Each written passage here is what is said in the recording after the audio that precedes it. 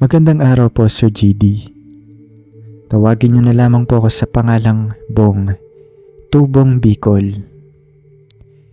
Hindi po ganun kaayos ang buhay namin ng mga panahong yon, kaya naman napilitan po akong mamasukan sa katabing probinsya namin para makatulong sa mga magulang ko. Alok lang din po ng isang kaibigan kaya nagtiwala ako na magiging maayos ang kalagayan ko sa lugar na yon. Malayo-layo din po ang naging biyahe ko bago makarating sa lugar ng pagtatrabahuan ko. Ngunit sa kasamaang palad ay scam pala ang kumpanya at wala naman palang talagang trabahong naghihintay sa akin. Opo, Sir JD. Nakakalungkot at nakakaiyak isipin ang sinapit ko. Gustuhin ko mang makabalik sa amin na hindi ko magawa dahil wala akong pamasahe at bukod pa doon ay nagkautang-utang ang nanay ko. Maasikaso lang ang aking sanay magiging trabaho, pero scam pala.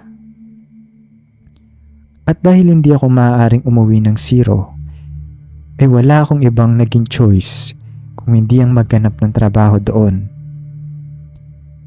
Nung una, Sir JD, ay naging mahirap para sa akin ang paghahanap ng trabaho. Ngunit kalaunan ay nakahanap din ako. Isang pabrika na gawaan ng sabong pangpaputi. Nag-apply ako sa pabrikang yon, Sir GD, at mabilis naman akong natanggap. Provided nila ang quarters sa aming mga trabahador, kaya naman malaking tulong sa akin yon dahil hindi ko na kailangang magbayad ng bahay na uupahan. At dito na nagsimula ang isang karanasan na hinding-hindi ko malilimutan. Sa unang araw pa lang ng aking trabaho, ay sinibak na ako sa panggabing shift. Dito ay nakaramdam na ako ng kahindik-hindik na pangyayari sa kumpanyang yon. Oras ng break time ay mag-isa ako sa kantin na nagpapalipas ng oras. Dahil wala akong pera, ay nagtitiis na muna ako sa tubig pansamantala. Ang hindi ko lang maintindihan sa mga ikinikilos ng mga kasama ko sa trabaho doon ay halos lahat sila hindi makatingin ng diretso sa aking mga mata kapag may itinatanong ako. Bukod pa dito ay sobrang tahimik nila. Tinanong ko ang isa sa mga katrabaho ko at ang sagot niya ay kasama pala yun sa rules and regulations na bawal maingay kapag nasa kantin o kahit saang area ng kumpanya, lalo na daw sa production. Hindi na kasi ako pinattend ng orientation, Sir JD, dahil urgent nga daw po silang naghahanap ng mga trabahador. Dahil naku-curious ako sa mga meals sa tinda nila, ay pumila ako at tiningnan ang mga tinda nilang ulam. Pagtingin ko ay halos hindi ko masikmura ang mga pagkaing naroon dahil parang hindi naman luto. Or let's say, puro nilaga lang ang lutong ulam. Sa mga ganitong bagay ay sobra akong naninibago. Kaya naman hindi ko talaga maiwasan na hindi magtatanong. At tulad ng palagi nilang sagot, ay sinasabi nilang yun ang nais ng big boss. Nang sumunod na araw ay nagulat ako dahil pinatawag ako ng HR. Like normal people, hindi mo talaga lubos maiisip na may kakaiba sa mga taong kasama ko dahil nakikipag-usap naman sila ng maayos. Ayun nga lang, ang pinagtataka ko ay ang mga mata nilang palaging umiiwas ang tingin. Nagtaka ako, Sir JD, dahil pinatawag nila ako. Yun pala, napapansin nilang hindi ako kumakain sa kantin. At dahil wala naman akong alam sa kung anong meron sa samahan nila, ng mga oras na yun ay sinabi ko ang katotohanan na hindi ako kumakain ng mga ganong klaseng luto at bukod pa doon ay wala din akong pera. Kinabukasan ay nagulat ako dahil pagkising ko ay punong-puno ng groceries ang aking mesa na katabi ng aking higaan. Tinanong ko ang kasama ko sa kwarto kung kanino yun ang galing. At ang tugon nito ay galing daw sa Big Boss. Tuwang-tuwa ako nung mga oras yun si JD dahil napakarami kong stock ng pagkain. Hindi na ako namomroblema sa baon ko kapag papasok na ako sa trabaho. Sa ikatlong araw ko sa kumpanyang yun, may natuklasan ako.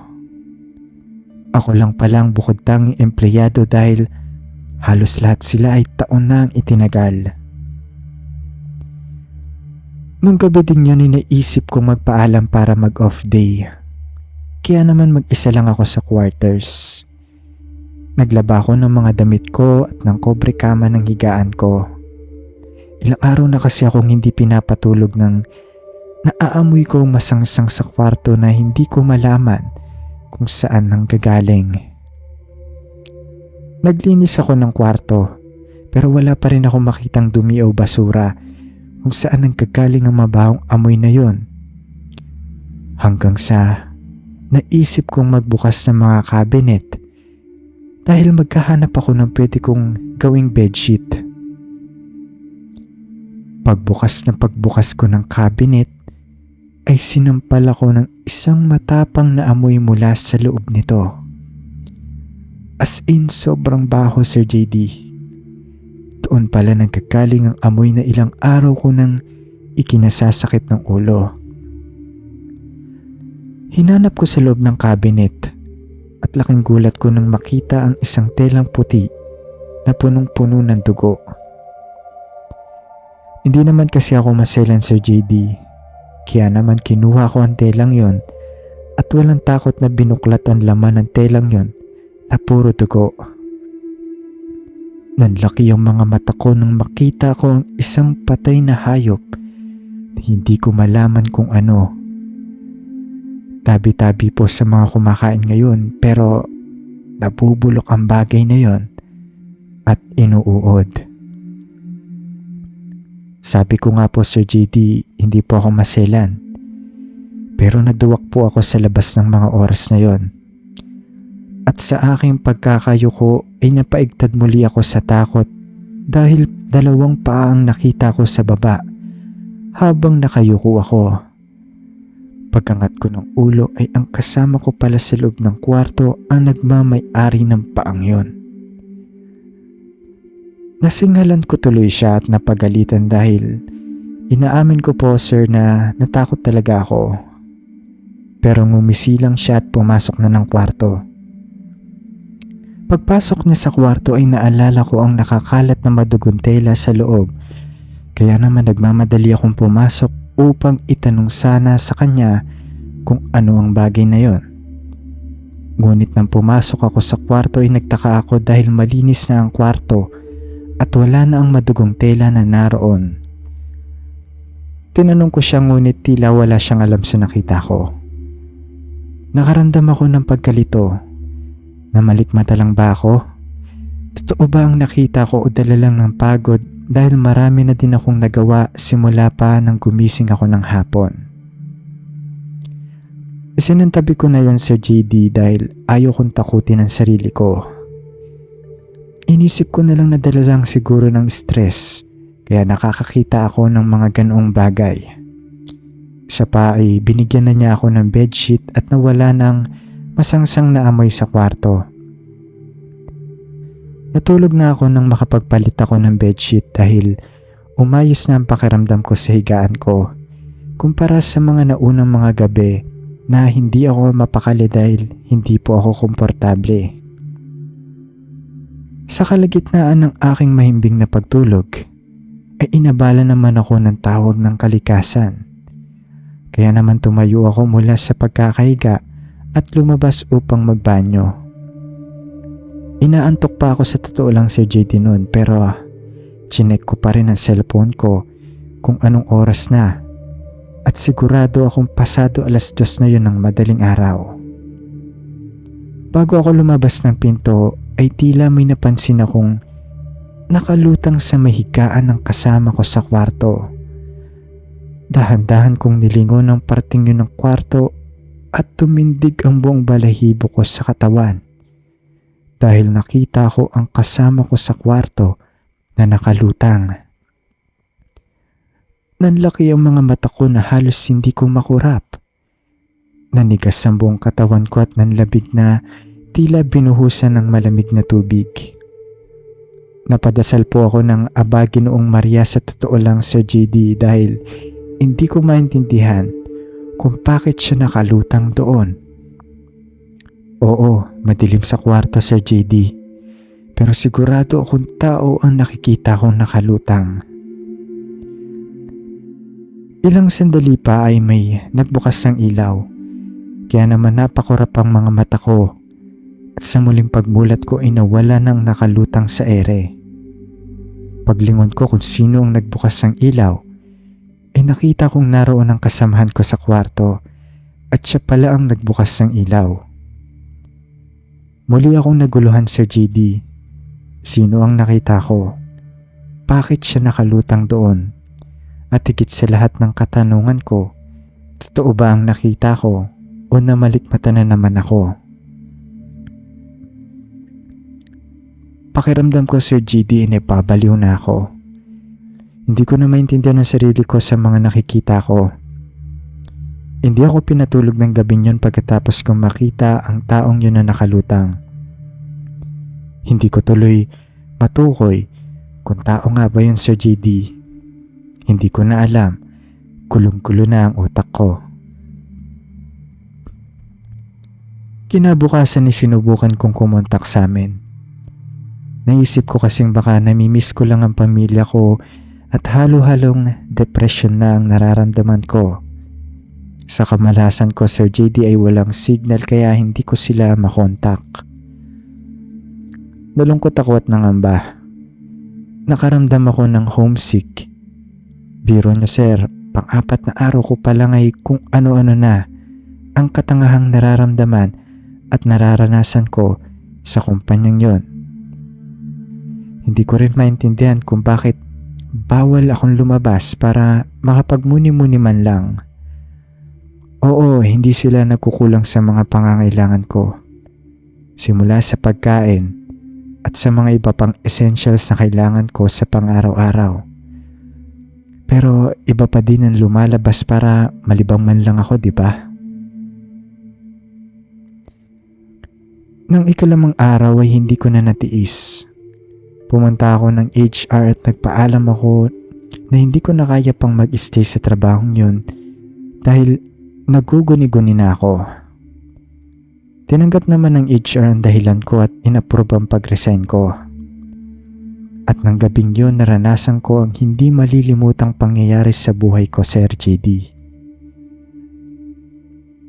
Nag-aayos na ako ng mga gamit ko nang biglang pumasok ang lalaking kasama ko sa kwarto at lumapit ito sa akin. May itatakip sana itong panyo sa bibig ko nang napaatras ako at umiwas sa gagawin niya. Mabuti na lamang at mabilis akong kumilos at handa sa lahat ng bagay. Kinuha ko ang balisong na palagi kong daladala at tinutok ko yun sa kanya. Hinamon ko siya at tinakot na kung lalapit siya ay masasaktan siya. Hindi nagsasalita ang lalaking yun at ngumisi lang sa akin. Unti-unti siyang lumabas ng kwarto. Sinundan ko siya hanggang sa labas habang nakatutok ang balisong sa kanya.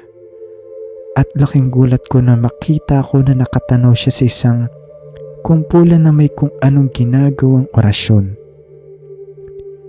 Lahat sila ay nagpapahid ng mga langis sa katawan at tila nag-iinit at nauuhaw. Pero biglang nagsalita ang lalaki. Sa may likuran, bandang kaliwa, may daan palabas sa lugar na ito. Kapag nakalampas ka doon, ay hindi ka na nila hahabulin. Sambit niya. Bumilis ang tibok ng puso ko na, Sir JD. Hindi ko alam ang gagawin ko. Nasa loob pa ang iba kong mga gamit, ngunit hindi ko na inisip na balikan pa ang mga yun dahil ang nais ko ay makauwi ng buhay dahil iba ang pakiramdam ko sa mga taong naroon. Hindi po sila normal na nilalang katulad natin, Sir JD. Tumatalim na ang tingin sa akin ng lalaking kasama ko. At bago pa man mahuli ang lahat, ay nagsimula na akong tumakbo. Opo, Sir JD. Tumakbo ako ng mabilis. At sinunod ko ang sinabi ng lalaking yun kung saang direksyon ako pupunta. Sa aking pagtakbo ay ramdam kong may sumusunod din sa akin, Sir JD. Mabilis din ang takbo nito. At habang bumibilis ang aking pagtakbo, ay ganun din ang pagtakbo nila. Pero ayokong lumingon. Pero napansin ko sa sinag ng liwanag ng bilog na buwan, ang anino namin na halos magdidikit na. Ang masama pa nito, Sir JD, kalahati lang ng anino ang nakikita ko nun. Kalahating katawan na may pakpak. Tumakbo pa ako ng tumakbo na mas mabilis hanggang sa tila nakakaramdam na ang katawan ko ng pagkakalos. Pinaghihinaan na ako ng loob. Pero nang makita ko ang gate na sinasabi ng lalaki, ay muling lumakas ang loob ko at mas binilasan ko pa ang pagtakbo. Wala na ako nun sa sarili ko, Sir JD. Nandun na ako sa puntong bahala na. Nagdadasal na din ako at halos lahat ng santo ay tinawag ko na. Malapit na ako pero hindi ko napansin ang malaking bato na nakaharang doon at nadapa po ako. Pagkatapa ko ay mabilis akong humarap at lumingon-lingon sa paligid. Hinanap ko ang nilalang na humahabol sa akin pero wala na siya. Hanggang sa may naaaninag ako na parating. Ito ang mga kumpulan na nakita ko kanina na nagpapahid ng langis sa katawan. Unti-unti silang lumalapit sa akin, Sir JD. Kitang-kita ko ang kanilang mga muka na may matatalas na ngipin at matatalim na mga mata. Hindi malino pero alam kong hindi sila normal. Hindi ko na alam ang gagawin ko, Sir JD. Halo-halong sipon, luha, at pawis na ang tumatagaktak sa aking muka. Hanggang sa naalala ko ang cellphone ko na nasa bulsa ko at agad kong kinuha yon. Malapit na sila sa akin at paatras din ako ng paatras habang hinahanap ko ang flashlight sa cellphone ko. Nang maramdaman kong nasa gate na pala ako ay sabay kong binuksan ang flashlight ng cellphone ko. Mabilis akong tumayo para mabuksan ang gate. Nasilaw ang mga kumpulan at hindi makatingin sa akin ng maayos. Kinuha ko yung pagkakataon na yun para makalabas at sinarahan sila ng gate. Tama ang lalaki, Sir JD. Pagkalabas ko ay nagsiatrasan na ang mga kumpulang yun at hindi na ako sinundan. Nasa kalsada na pala ako at ramdam kong ligtas na ako nun. Laking pasasalamat ko sa lalaking tumulong pa rin sa akin para malaman ko ang tamang daan palabas. At higit sa lahat ay salamat sa Panginoon Diyos dahil hindi niya ako pinabayaan. Binaybay ko ang kalsadang yon at may nakita akong isang bahay. Humingi ako ng tulong sa kanila. Doon ko napag-alaman na bali-balitang mga pamilya ng aswang ang mga nakatira sa kumpanyang yon.